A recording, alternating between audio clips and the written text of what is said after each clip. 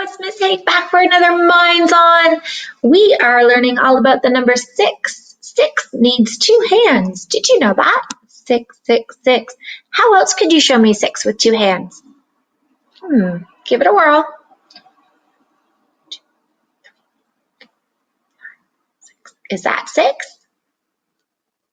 Can you show me 6 a different way?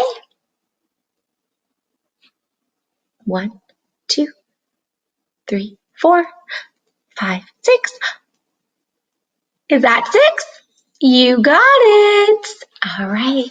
Keep practicing with your fingers to show 6 so many different ways. Now, I'm going to challenge you to a Minds On this morning to show me 6 3 ways. You're going to get creative. I'm going to show you the 3 ways I chose.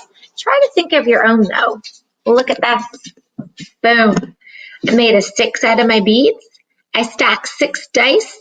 And I started to make a rainbow 6 because we're learning all about colors. And look at that. Boom. 6 also lives on my dice. I'm going to make it stand straight up. Can you show me 6 3 different ways? Use whatever you can. Be creative. Can't wait to see it. Bye.